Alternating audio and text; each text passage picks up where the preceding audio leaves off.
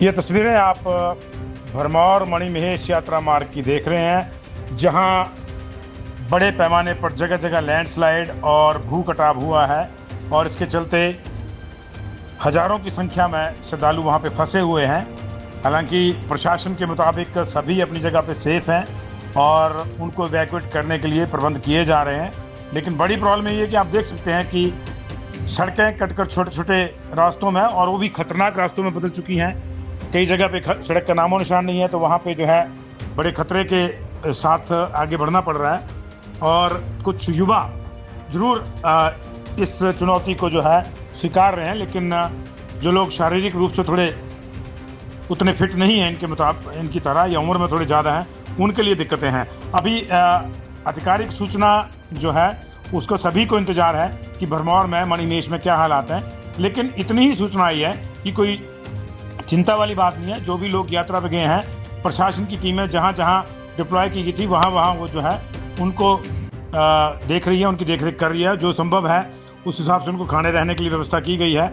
कुछ स्थानीय गाँव वालों ने भी जो है अपने स्तर पर लोगों को ठहराया हुआ है, लेकिन अभी एग्जैक्ट जो तस्वीर है वो वहाँ से आनी बाकी है।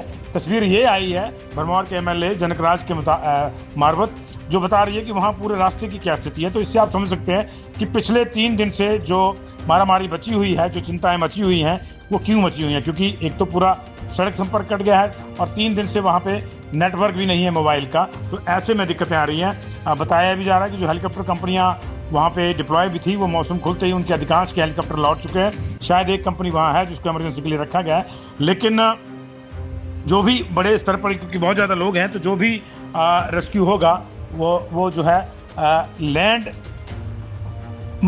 रोड के जरिए ही होगा या लैंड वे के जरिए ही होगा। तो ये इसमें जो है प्रशासन यहीं पे कंसंट्रेट कर रहा है कि रहने खाने की जितनी संभव है उतनी व्यवस्था की जा रही है वहाँ पे। अब कितनी संभव है कितनी नहीं, इसकी भी सूचना नहीं है, क्योंकि इनफैक्ट डलहौजी से ऊपर ही पिछले 3 दिन से किससे बात नहीं हो रही है। चंबा में कहीं कहीं किसी के फ़ोन चल रहे हैं, लेकिन अभी हमने ट्राई किया, डीसी ऑफिस का नंबर जो है वो लैंडलाइन आउट ऑफ ऑर्डर जा रही है और मोबाइल मिल नहीं रहा है। उसमें बार बार ये रहा कि आपने गलत नंबर मिला दिया। तो जो लोग घरों में इंतज़ार कर रहे हैं, जिनके लोग या बच्चे या साथी या आसपास के लोग जो हैं भरमौर की यात्रा पे गए थे, मणिमहेश की यात्रा पे गए थे, उनसे हमारा आग्रह है कि वो संयम बनाए रखें। अभी ऐसी कोई अनहोनी की सूचना नहीं है, ईश्वर ना करे कि ऐसा हो। ये बताया जा रहा है कि सभी लोग सेफ हैं, बस ये है कि सड़कें कट गई हैं, नेटवर्क नहीं है, तो ज़रा इस वजह से दिक्कत आ रही है। संभवतः आज शाम तक भरमौर में नेटवर्क रिस्टोर हो जाएगा, लेकिन उसका मतलब ये होगा कि भरमौर के आसपास जो इंटीरियर इलाके होंगे वहाँ हो पाएगा कि नहीं हो पाएगा, ये हमें नहीं मालूम है। क्योंकि चंबा शहर में रिस्टोर होने का मतलब है कि आगे 5 किलोमीटर दिक्कत है। जगह जगह केबल्स कट गई हैं, जगह जगह जो टावर्स हैं उनको नुकसान पहुंचा है। तो लैंडलाइन और मोबाइल दोनों ही तरह के संचार जो है ठप है। कई गाँव में बिजली भी नहीं है, उसकी वजह से भी दिक्कत है।